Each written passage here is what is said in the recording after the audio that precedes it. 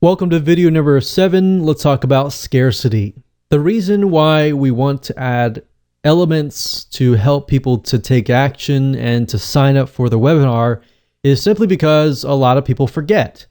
Most of the time it's because they're busy and they think to themselves, and we have done that too. If you think about you and I, we've done this as well, but we've thought, okay, let's do that later. Then later comes and then we forget. And then suddenly a few weeks later, we remember it and we're like, whoa, wait a minute, I totally missed that out. So essentially what you're doing here is you're actually doing people a favor as well. So getting them to take action at the very moment is crucial. So this can be for a live webinar, it can be for an evergreen webinar. And what we found over the years is countdown timers work really well, especially for live webinars.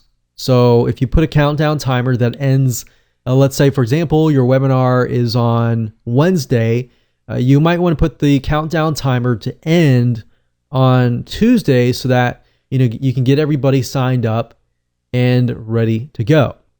Now, an evergreen webinar, let's say, for example, that you have access to a webinar replay. So typically what we found is 48 hours, generally speaking, does well. 24 to 48 hours. The less, the better. Now, if you don't know how evergreen webinars work, basically the way they work is you specify a time, let's say 48 hours, and somebody comes to that page and they see 48 hours.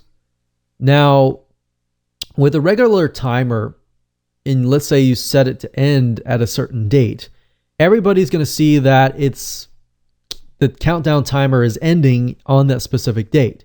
Now with an evergreen webinar, it is specific to each user. So if customer A comes in, they see 48 hours.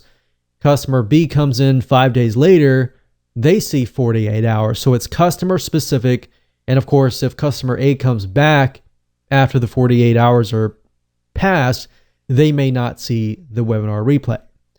So adding scarcity helps, and even adding a note that this page may be removed at any time works well as well.